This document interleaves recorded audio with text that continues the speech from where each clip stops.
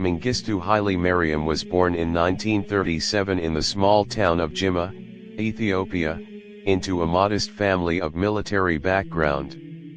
His early life was marked by hardship and struggle, as his father served in the Ethiopian army and his mother died when he was young. The boy who grew up in rural Ethiopia would one day rise to command the entire nation, but the path that brought him to power was soaked in blood and terror. Ethiopia during his youth was a land of monarchy, tradition, and poverty. It was ruled by Emperor Haile Selassie, a figure revered by some as the Lion of Judah and condemned by others as a distant and ineffective monarch who failed to bring modernization to his country. Mengistu grew up under the shadow of this imperial world, but his vision of Ethiopia was not one of crowns and ceremonies. His vision would eventually transform the nation into one of the most brutal dictatorships of the 20th century. Mengistu entered military service as a young man and began training in the Ethiopian army, quickly learning discipline and order. His ambition soon drove him further. He was selected for advanced training abroad, including in the United States, where he studied military science and weapons technology. For a man who had known only rural Ethiopia and the rigid structures of the imperial army, America was a shocking exposure to modern power and technology.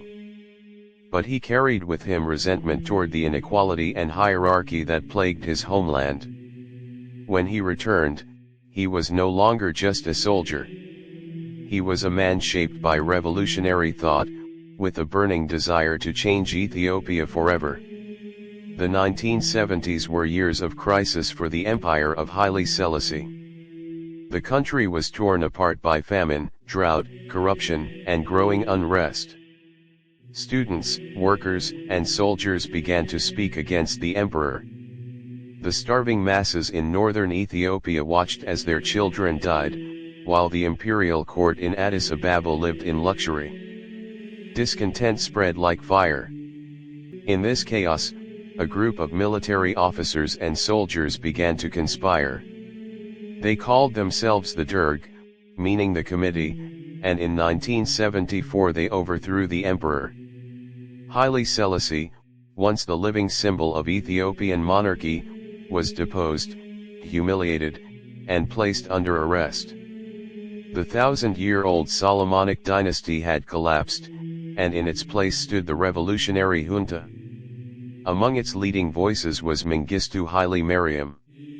At first the Derg was a collective, with multiple officers competing for influence. But Mengistu quickly revealed his ruthless ambition. He was not content to share power. He began eliminating rivals within the committee, accusing them of betrayal, corruption, or weakness. His speeches were fiery, and his presence commanded fear. In one infamous moment during a meeting of the Derg, Mengistu produced a pistol and shot two of his colleagues dead on the spot, declaring that this was how betrayal would be punished. The message was clear: he would not tolerate opposition, even within his own revolutionary ranks. Slowly, through intimidation and sheer brutality, Mengistu positioned himself as the supreme leader. Once in power, Mengistu declared Ethiopia a Marxist-Leninist state. He announced land reforms, the abolition of feudal privileges, and sweeping nationalization of industries. On paper, his policies promised equality and justice for the poor. In reality, they unleashed chaos.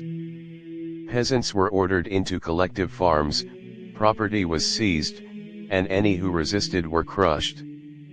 But it was not policy that defined Mengistu's rule. It was terror. In 1977, he launched what became known as the Red Terror. It was a campaign designed to eliminate all opponents, whether real or imagined. Students, intellectuals, opposition parties, and anyone accused of counter-revolutionary activity were hunted, imprisoned, tortured, and executed. The streets of Addis Ababa ran red with blood. Families were forced to hang the bodies of their children outside their homes to prove their loyalty to the regime. Tens of thousands were murdered in cold blood. Children disappeared. Women were raped and brutalized. No one was safe. Ethiopia had become a land of fear, ruled by a man who saw enemies everywhere. Mengistu was not acting alone. He had found powerful allies in the Soviet Union and Cuba. At the height of the Cold War, Ethiopia became a key battleground for influence in Africa. The Soviets poured billions of dollars of weapons into the country, and Cuban troops arrived to support his regime. With Soviet tanks, planes, and advisors at his side, Mengistu waged war not only against his own people but also against neighboring Somalia in the Ogaden War. In 1977 and 1978, Ethiopian and Cuban forces pushed back the Somali invasion, humiliating Somalia and proving that Mengistu's Ethiopia was a Soviet stronghold in Africa. This victory gave him prestige on the international stage, but at home the suffering only deepened. The 1980s brought disaster after disaster for Ethiopia. The forced collectivization of farms, the mismanagement of the economy, and the cruelty of the government led to one of the worst famines in modern history. In the mid-1980s, famine swept across northern Ethiopia, killing hundreds of thousands of people. Images of starving children with hollow eyes and swollen bellies shocked the world. International campaigns like Live Aid raised millions to send food, but the regime manipulated aid, diverting supplies to loyalists and using hunger as a weapon against rebel regions. While Ethiopians starved, Mengistu's military consumed Soviet weapons in a desperate attempt to crush insurgencies. The famine was not only a natural disaster. It was magnified by the policies of a dictator who cared more about control than about life. As the years passed, opposition grew stronger. In the north, the Tigray People's Liberation Front and other rebel groups waged guerrilla warfare. In Eritrea, separatists fought for independence. In the south, unrest simmered. Mengistu responded with more brutality, ordering mass resettlements, forced labor, and executions. Yet the tide was turning. The Soviet Union, which had propped up his regime for over a decade, began to collapse in the late 1980s. The flow of weapons and money slowed, and Mengistu found himself increasingly isolated. The rebels advanced, capturing territory and closing in on the capital. By the early 1990s, the empire of terror he had built was crumbling. In May 1991, as rebel forces approached Addis Ababa, Mengistu fled the country. The man who had ruled Ethiopia with an iron fist for 17 years abandoned his people and sought refuge in Zimbabwe, where Robert Mugabe welcomed him. His departure marked the end of the Derg regime, but it did not erase the scars he left behind. Ethiopia was left devastated. Millions had died from famine, war, and political violence. Families had been torn apart. Generations had grown up in fear.